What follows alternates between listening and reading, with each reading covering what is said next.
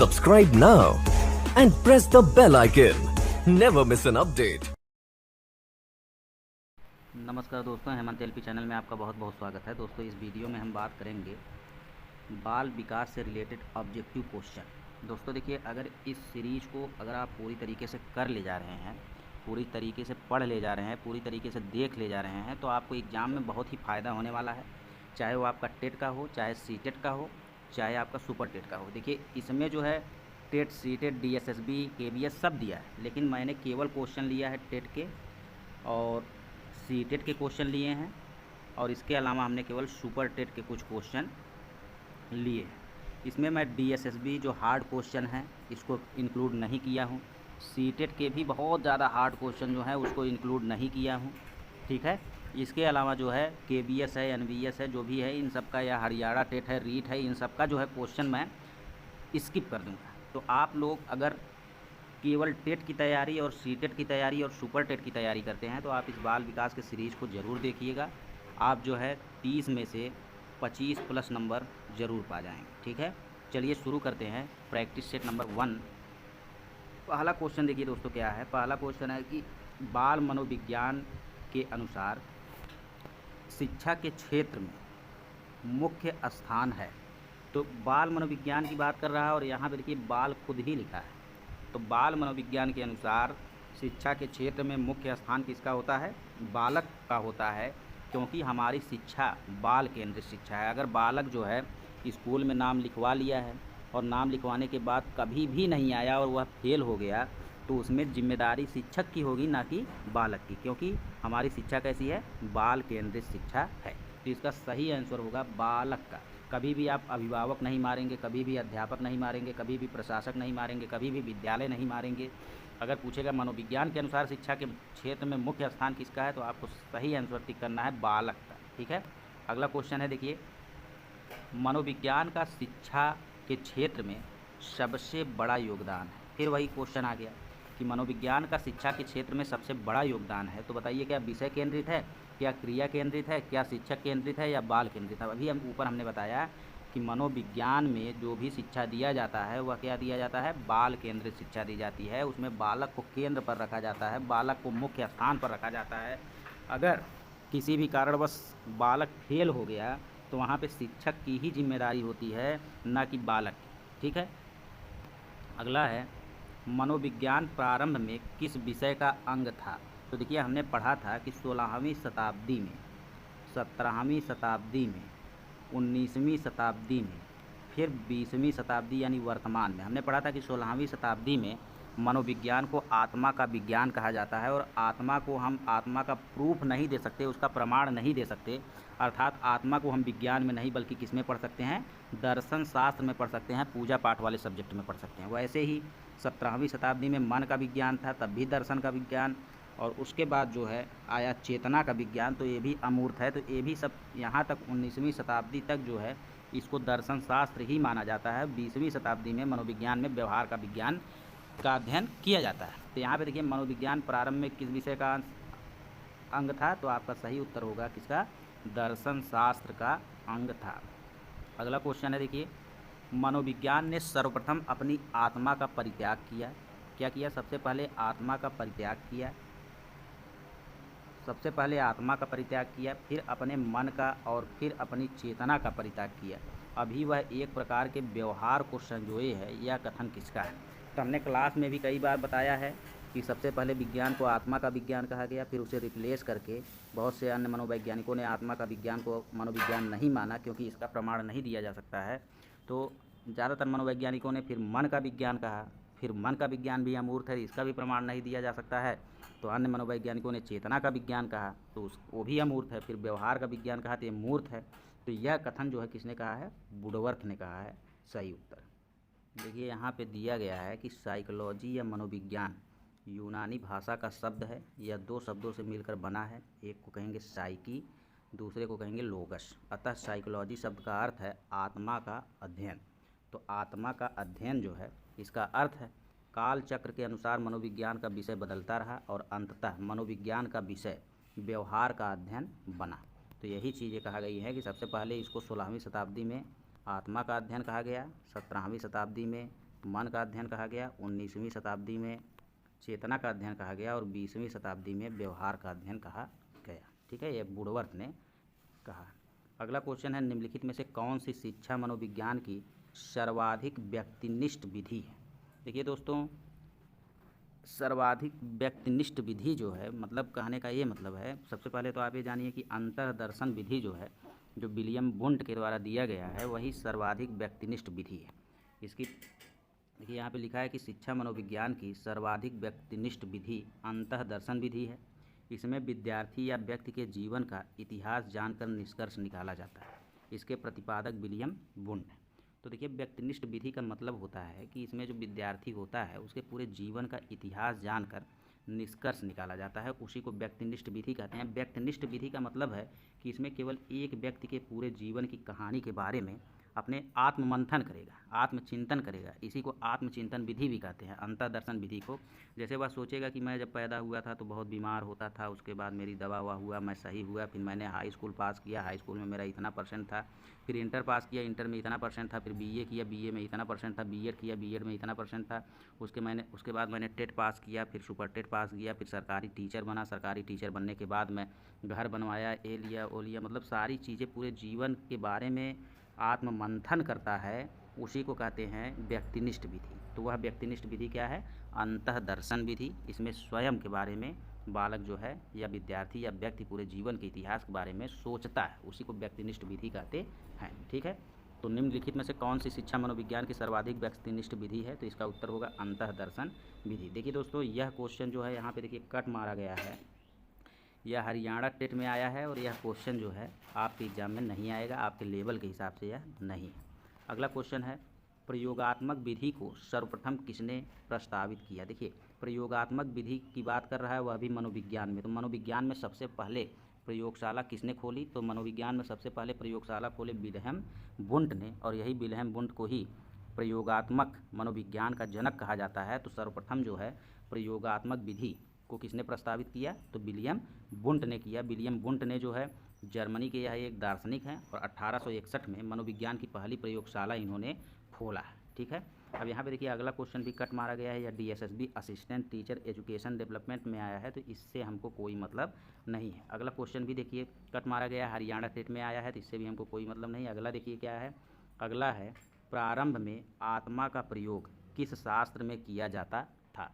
तो देखिए, प्रारंभ में आत्मा का प्रयोग जो है किस शास्त्र में किया जाता था? दर्शन शास्त्र में किया जाता था।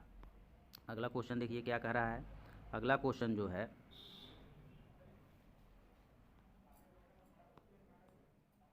क्वेश्चन नंबर 12, शिक्षा मनोविज्ञान का अध्ययन अध्यापक को इसलिए करना चाहिए क्योंकि, मतलब शिक्षा मनोविज्ञान का अध्ययन एक टीचर को करना चाहिए, लेकिन क्यों करना चाहिए इसके बारे में देखते हैं। देखिए, सबसे पहला है कि इससे शिक्षक को आत्मसंतुष्टि मिल सके। तो यह क्या है? गलत है। आत्मसंतुष्टि के लिए मनोविज्ञान के अलावा कोई भी विषय हम पढ़ सकते हैं। इससे वह दूसरों को प्रभावित कर सके, तो ये भी गलत है। ठीक है, इससे वह अपनी परीक्षाओं में प्रथम आ सके, ये भी गलत है। फर्स्ट आने के लिए थोड़ी ना मनोविज्ञान पढ़ा जाता है। इसकी सहायता से अपने शिक्षण को अधिक प्रभावशाली बना सकते हैं, यही क्या है? सही है। शिक्षा मनोविज्ञान में बालक के बारे में पढ़ते हैं कि बालक का विकास कैसे होता है, बालक को हम कैसे समझ के कैसे हम पढ़ाएंगे, किस शिक्षण विधि का प्रयोग करेंगे, क्या करेंगे, सारी जानकारी शिक्षा मनोविज्ञान में मिल जाती है। व्यक्तिगत विभिन्नता के बारे में, बच्चा विकास कैसे करता है, किस लेवल का बच्चा है, कैसे उसको पढ़ाना है, इन सब के बारे में जानकारी मिल जाती है। अर्थात इसकी सहायता से अपने शिक्षण को अधिक प्रभावशाली बनाया जा सकता है। अगला है विकासात्मक मनोविज्ञान। विकासात्मक मनोविज्ञान में जीवन का अध्ययन किया जाता है। तो देखिए, विकासात्मक मनोविज्ञान में जीवन का अध्ययन किया जाता है गर्भकाल में, जन्म से जीवन पर्यंत या किशोरावस्था में। तो इसका सही जवाब है कि विकासात्मक मनोविज्ञान में हम जन्म से बात करते हैं, और जन्म से लेकर, अगर विकासात्मक मनोविज्ञान की बात कर रहा है तो जन्म से लेकर जीवन पर्यंत तक निरंतर चलने वाली प्रक्रिया को हम विकास कहते हैं। और विकासात्मक मनोविज्ञान के जनक जो हैं जीन पियाजे हैं, और विकासात्मक मनोविज्ञान में जीवन का अध्ययन हम करते हैं जन्म से 2, मतलब जैसे पहला इन्होंने चार स्तर बताए हैं, 4 अवस्था बताई हैं, तो उसमें पहला है जन्म से 2 वर्ष। तो देख लीजिए कहाँ से अध्ययन कर रहे हैं? जन्म से ही कर रहे हैं। देखिए यहाँ पे लिखा भी है, विकासात्मक मनोविज्ञान एक वैज्ञानिक अध्ययन है जो मनुष्य के जीवन में हो रहे परिवर्तन के बारे में बताता है।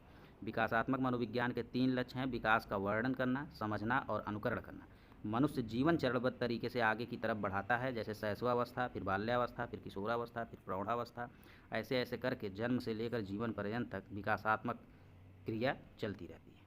अगला क्वेश्चन है, निम्नलिखित को सुमेलित कीजिए। तो दोस्तों निम्नलिखित को सुमेलित करना है। यहाँ पे सूची 1 दिया है, यहाँ पे सूची 2 दिया है। सबसे पहले किताब का नाम है रिपब्लिक। तो रिपब्लिक नामक किताब जो है किसने लिखा है? तो प्लेटो ने लिखा है। रिपब्लिक, पब्लिक जो है प्लेट में क्या करती है? खाना खाती है। तो रिपब्लिक नामक किताब को किसने लिखा है? प्लेटो ने लिखा है। एमिल एंड एजुकेशन, तो एमिल नामक पुस्तक जो है किसने लिखा है? रूसो ने लिखा है। जैसे ऐसे करेंगे तो ए बन जाएगा और ऐसे कर देंगे तो क्या बन जाएगा? रू बन जाएगा। तो यही आपका ट्रिक है कि एमिल नामक पुस्तक को किसने लिखा है? रूसो ने लिखा है। ठीक है। इसके अलावा तीसरा देखेंगे, द स्कूल एंड सोसाइटी नामक पुस्तक जो है किसने लिखा है? जॉन डीवी ने लिखा है द स्कूल एंड सोसाइटी नामक पुस्तक।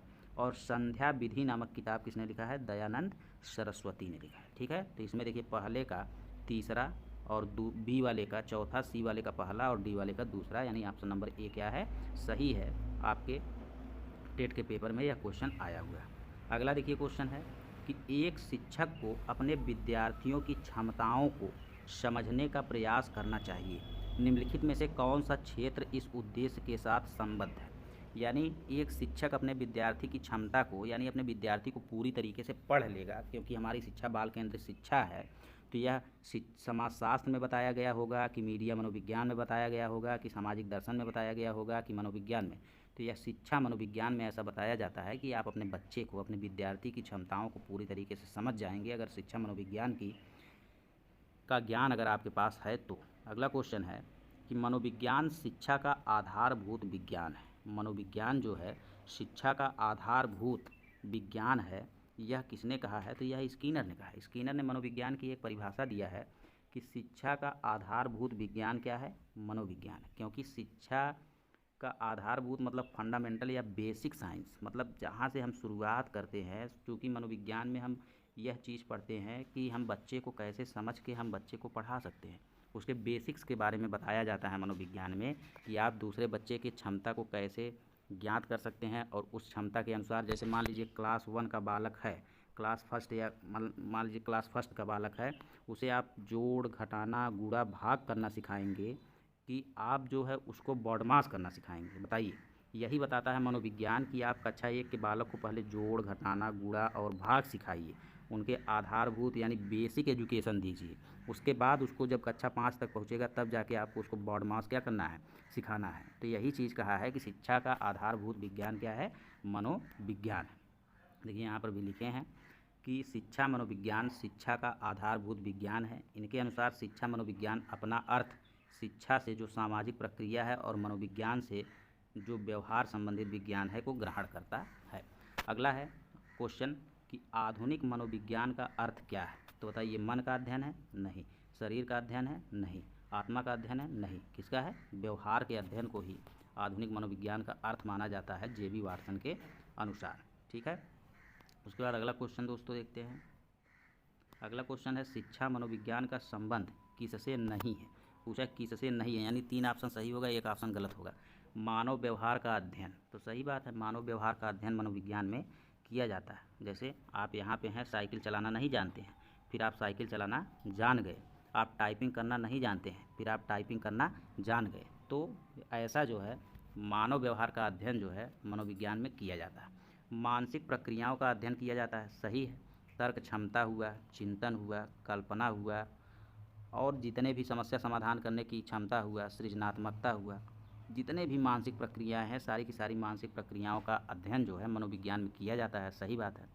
सीखने के तरीकों का अध्ययन, तो ये भी सही है, सीखने के तरीकों का भी अध्ययन जो है मनोविज्ञान में किया जाता है। जैसे आप सीखने के तरीकों में थॉर्नडाइक देखिए, वो कहे हैं कि बच्चे गलती कर करके सीखते हैं, और थॉर्नडाइक ने कहा है कि पहले आपको दीपक ला के रखना पड़ता है तब जाके कोई अनुक्रिया करता है, जबकि स्किनर ने कहा कि नहीं नहीं, पहले आप अनुक्रिया करेंगे, पहले आप मजदूरी करेंगे, तब जो है आपको दीपक की प्राप्ति होगी, यानी पैसे की प्राप्ति होगी। पहले आप पढ़ाई करेंगे यानी अनुक्रिया करेंगे, तब आपको नौकरी मिलेगी।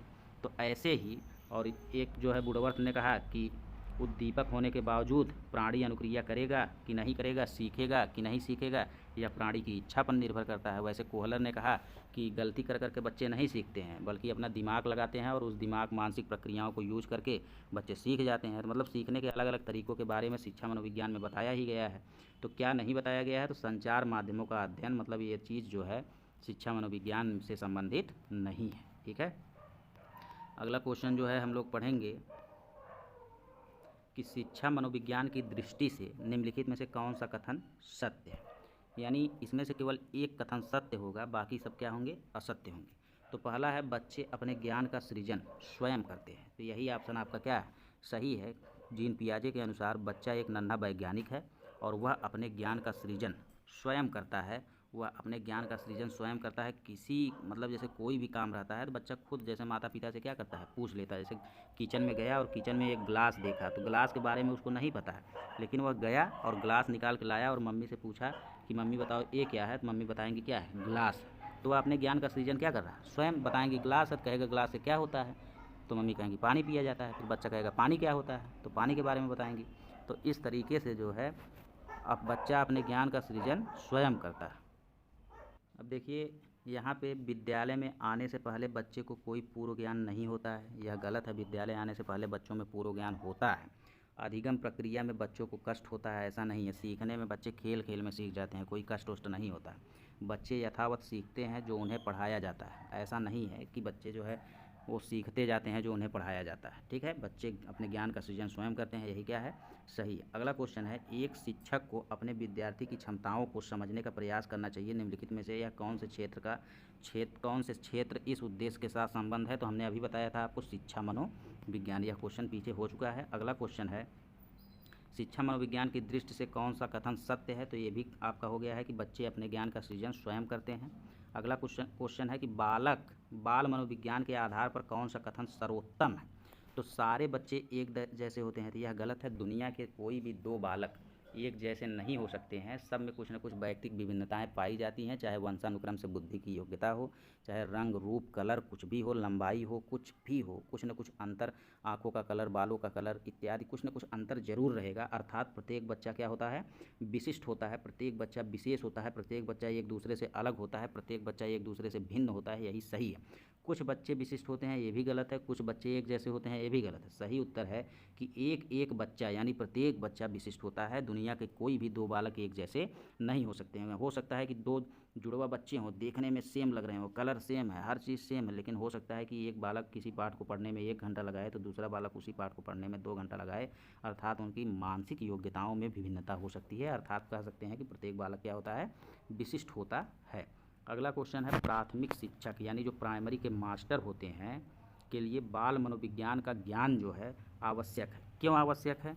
क्योंकि यह बच्चों को अनुशासित बनाने में सहायता करता है, परीक्षा में परिणाम में उन्नति होती है, यह बच्चों को अभिप्रेरित करने के लिए सुविधाजनक तरीका बन जाता है, यह बच्चों के व्यवहार को समझने में शिक्षक की सहायता करता है। तो दोस्तों देखिए यहाँ पे आपका सबसे सर्वोत्तम उत्तर है कि प्राइमरी शिक्षक को बाल मनोविज्ञान इसलिए आना चाहिए कि बालक जो है बच्चों जो टीचर है वह बच्चों के व्यवहार को क्या करे? समझ जाए, उसी के हिसाब से शिक्षण की प्रक्रिया जारी रखे। बच्चों को अनुशासित करने के लिए शिक्षा मनोविज्ञान की क्या ज़रूरत है? एक डंडे की ज़रूरत है।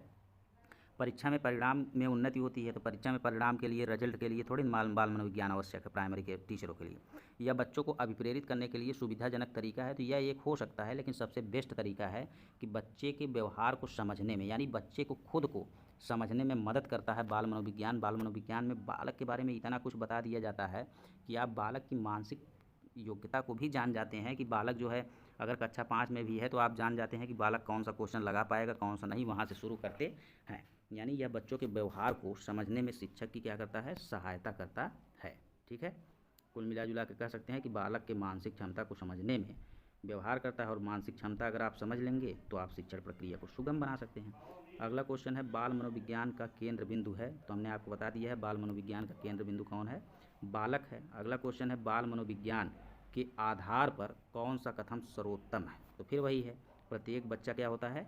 विशिष्ट होता है। अगला क्वेश्चन जो है बाल मनोविज्ञान का क्षेत्र है, तो कह रहा है कि बाल मनोविज्ञान में आप क्या पढ़ते हैं, केवल शैशवावस्था की विशेषताओं का अध्ययन गलत है, केवल गर्भावस्था की विशेषताओं का अध्ययन गलत है, केवल बाल्यावस्था की विशेषताओं का अध्ययन गलत है। गर्भावस्था से लेकर किशोरावस्था की विशेषताओं का अध्ययन हम किसमें करते हैं? बाल मनोविज्ञान में। अर्थात गर्भावस्था से लेकर किशोरावस्था तक बालक में होने वाले मनोवैज्ञानिक परिवर्तनों के बारे में जिस विज्ञान में अध्ययन किया जाता है उसे बाल मनोविज्ञान कहते हैं।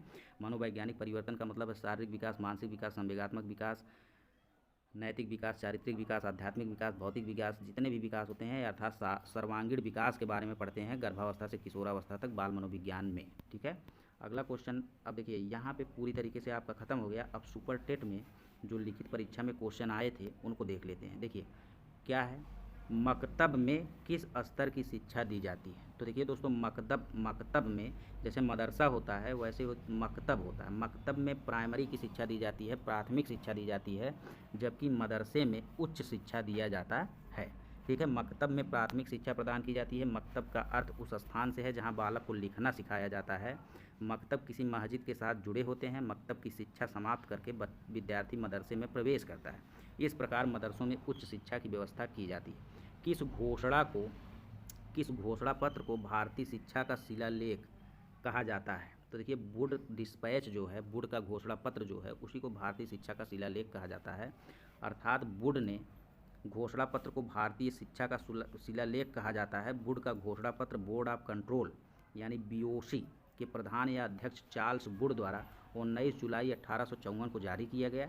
इस घोषणा पत्र में भारतीय शिक्षा पर एक व्यापक योजना प्रस्तुत की गई। कहाँ पे? भारतीय शिक्षा पर, जिसे वुड डिस्पैच कहा गया। 100 अनुच्छेदों वाले इस प्रस्ताव में शिक्षा के उद्देश्य, माध्यम, सुधार आदि पर विचार किया गया था। तो दोस्तों इस तरीके से आपका जो है ये पहला पार्ट बाल विकास जो चैप्टर का नाम है शिक्षा एवं मनोविज्ञान के बारे में पूरी तरीके से अध्ययन कर लिए हैं। अगर आपको वीडियो पसंद आए तो आप चैनल को सब्सक्राइब करिए, लाइक करिए और इस पूरे सीरीज़ को आप पढ़ डालिए, बहुत ही ज़्यादा लाभ होगा। धन्यवाद दोस्तों।